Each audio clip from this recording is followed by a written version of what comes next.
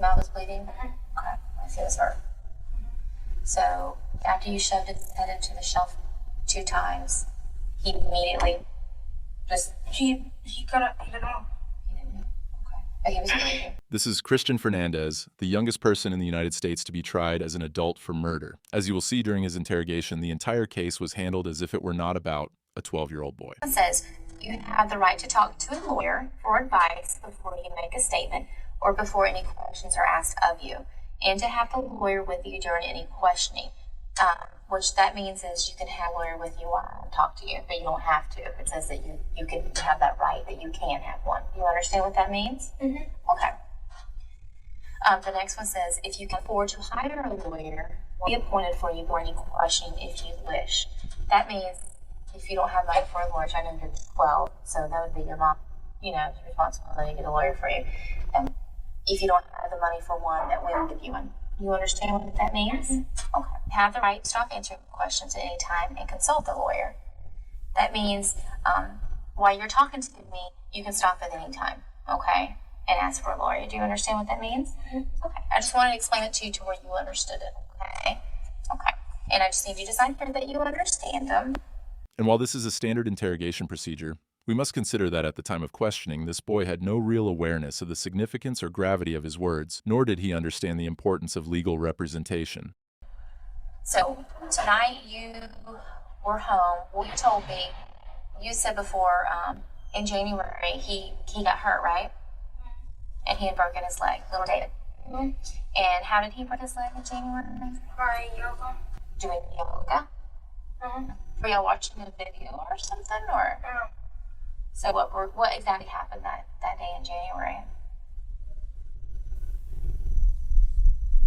I put his legs to the back of his butt. Okay, like how? Can you show me? I mean, you probably can't. Flexible, but how did you do his legs? Like the Indians do. Like the Indians do? So, did you put, the leg behind his neck, or how did you do it? Like in the floor, behind him. Oh, so kind of like a reverse Indian style? Mm-hmm. So, you put the legs behind him? I've never seen that. That's how the Indians do it? Mm-hmm. Huh. It is noticeable that he is not fully aware of the consequences of his actions, perhaps even showing traits of sociopathy, but his background explains his behavior. Cristian grew up in a horrific environment. His mother, Bianella Susana, gave birth to him at just 12 years old, and he never knew his father. At only 2 years old, he was found naked and filthy in a motel, surrounded by drug paraphernalia. Physical abuse and neglect were a standard practice in his family, and mistreating his younger brother was simply part of his reality. Like this. And then what else did you do with his little legs? And like this. And then so. You pushed him back? Mm-hmm. You didn't twist the leg up or anything? Or? What do you mean, like? No, I don't know. I'm asking, exactly what you did. Show me again what you did. Like this. What do you mean, like a snap? Yeah, when he broke his leg. Did you hear it snap? And crack? Did you hear it pop? Well, sort of. Yeah. And what happened then? He started crying and then I stopped. Oh. And, were you mad at him when you did the Indian Well, I thing? wasn't mad at him. I didn't know I was gonna break his bone because no Indian break their bones like that. Oh. So you weren't trying to hurt him? No. It was an accident? But I didn't know his bone was gonna break. Yeah, I Because understand. I was doing two. You were doing But it my too? bone didn't break. Can you do that? Can you do that? That's what you were trying to do? Mm-hmm. Can you do it? No. From Department of Children and Families contact you? To my mom? Yeah. And us. Yeah. And what did you tell them what happened? That he fell off the monkey bars. Is that what your mom told you? Uh-huh. Okay. So your mom told you to tell them that? Why didn't you tell them to tell that? Why didn't you just tell them the truth? You know? She was scared of you. A previous incident sheds light on why Cristian behaves this way. His idea of yoga was a way to rationalize the violence he experienced. His mother's inadequate response and repeated cover-ups only worsened the situation. giving Cristian the green light to continue behaving in a way that, to him, seemed neither serious nor punishable. His mother and he both thought they could fabricate a story this time as well, claiming that little David was injured while playing and falling off the bed. But doctors and investigators knew this wasn't true, as would be confirmed throughout the interrogation. Just books. You know what I mean? That's not the truth, Christian. Is it? It's okay. I just need to know the truth. So, just like you told me the truth about January, and you're doing a good job. I know it's hard to tell the truth because I know you said earlier it's hard to tell the truth, but the truth is the right thing, right? Yeah, and that's what we need to do, huh? So just tell me a little bit more about what happened tonight, and then we'll be done. But I just need to know the exact truth of what happened. Okay? Actually, I know it's not the truth. He's got really bad head injury. So, if you can tell me how he got that, it would be really helpful for him. And first, I'm not angry with you or mad at you or anything like that. We just need to know the truth. So, you don't have to be scared. Door's open and we're just sitting there, just me and you. You don't have to cry. And what happened tonight? Because I know originally you said that he fell off the bunk bed, but that wasn't true, correct? Okay, so that was a lie? Okay, so tell me what really happened tonight. I put him to carry books. You put him to carry books? Does he walk good with that one cast on? I did beat those with one and normal works with the other one. Okay, so he had books in his arms? And then what happened? And then they fell on him. They fell on him as he was carrying? As he was carrying them. Where did they fall on him at? On his head. How did they fall on his head if he was carrying them? Like this he was carrying them. No. So, did you do anything for him to make him hit his head? What do you mean? Like, I pushed him? Yeah. Did you push him tonight? To the bed? No. Did you do anything for his head to hit anything tonight? Well, we were just carrying books, and then it fell on him. Right. And what else happened? And then I took all the books away from him, and then he was sleeping. Well, he didn't get those head injuries just from books. So that's why we need to know the whole story, because that can't happen. What happened to the side of his head? I pushed him against a bookshelf. Okay. Where's the bookshelf at?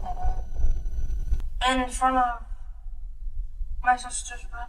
You want to say this is the shelf? Can you show me with the doll how you push him into the shelf? By his head. So show me with the doll how you. Like push it and. Okay. So you pushed him with your hand into the shelf. So you pushed him into the shelf on the same side of his head? Well, I didn't know what side I hit him on. Okay. Well, did he cry or did he just... Yeah, he cried. Did he pass out and go to sleep? That's what he did.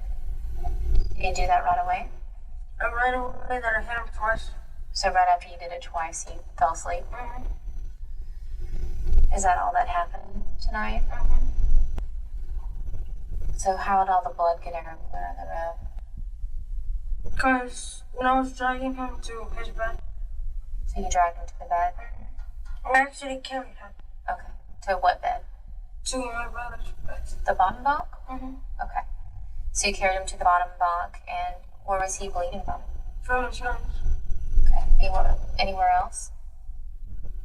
Like his mouth. His mouth was bleeding? Okay. I see this hurt. So after you shoved his head into the shelf 2 times, he immediately just... He didn't know. He didn't know. Okay. But he was bleeding.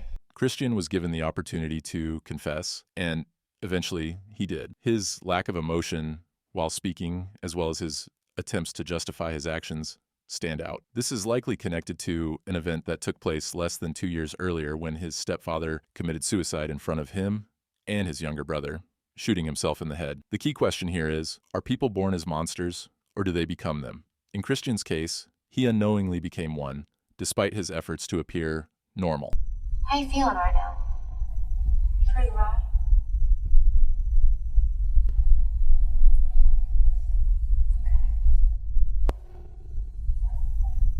Do you have any questions for me right now? Mhm. No. Do you feel better about telling me what happened? No. You don't feel better? Was that the truth, what you told me? This time? Yeah.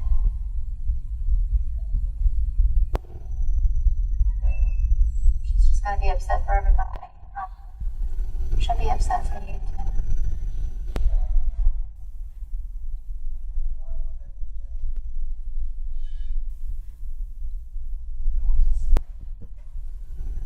Would you do anything different tonight if you could? Would you do anything different tonight if you could? What do you mean like that? Like not get mad at him? Did you usually hurt your brother when you get mad? In the past? No, because I'm usually alone. Because my brothers and sisters are always fine with my mom. Because they're always fine with my mom. So I'm usually alone. Okay. And you knew at that point, did you know what you did was wrong? Mm-hmm. How did you, I felt bad because then I realized what I actually done. Because I wasn't really thinking about what I was doing. and then when you realized what you'd done, you said you felt bad. What did you feel bad about? Because About what I did and what was going to happen later to him or to you? to him. I wasn't worried about me. You were at some point, though. That's when you lied, right?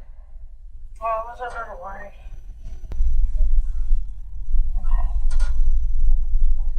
To truly understand his lack of reaction, we need to realize that, for him, this was normal. Children like him, who grow up outside of social norms, trapped in chaotic family dynamics, develop their own versions of normality. His mother never provided the necessary guidance, nor did he have a real understanding that what he had done was wrong. What he tried to do here was to hide his true thoughts from the outside world, because, in his family, that was how things worked. That was his reality. No? He's still sleeping. And the doctor say if he was going to make it? They said that,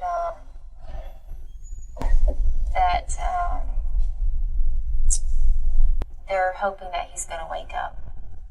And if he doesn't wake up, that means that he has to make he didn't make it. Yeah, if he doesn't wake up, that means he doesn't make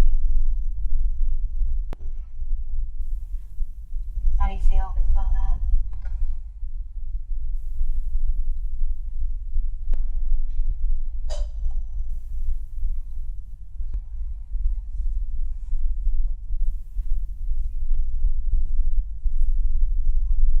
Crazy, huh? Because he was with his eyes open and closed at the same time. And it wasn't blinking or nothing. Oh, like that? So I wasn't, like that. So I wasn't sleeping either, or awake. You're just kind of out of it. Mm-hmm. So he was on another walk. Because if he's sleeping, he would be closed. And if he was awake, then it would be open. It was both at the same time. Yeah. That happens when people get injuries like that and they pass out. Well, I don't know if you'd say pass out, but they go unconscious. And their eyes will do that sometimes, where it just kind of looks like, looks like they're looking at you, but they're not really awake. They're not. Yeah, so, but I know what you're saying. They're not really, they don't look like they're asleep, but they don't look like they're awake. Mm-hmm. So, like you said, they look like It's they're in both. another place. So, that's pretty much kind of how he still looked.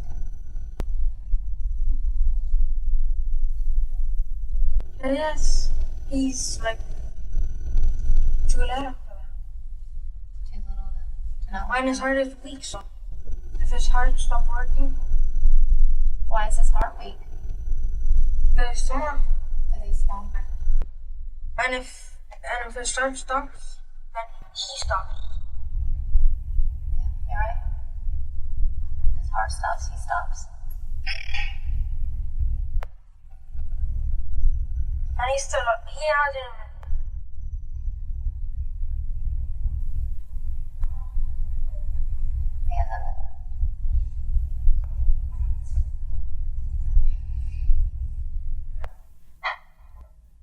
And he has never done that before. Never done that before. No. Is that why you knew it was bad? I just never done it before. I've seen my cousin do it, but that's how he sleeps. Because he has had that a lot of times. Has he? So that's why he sleeps with it. Your aunt's child? He kind of sleeps with it. Yeah. But David has never done it, so I'm worried. But he did it because you pushed him, right? Maybe because he's struggling to, Yeah. something in his heart.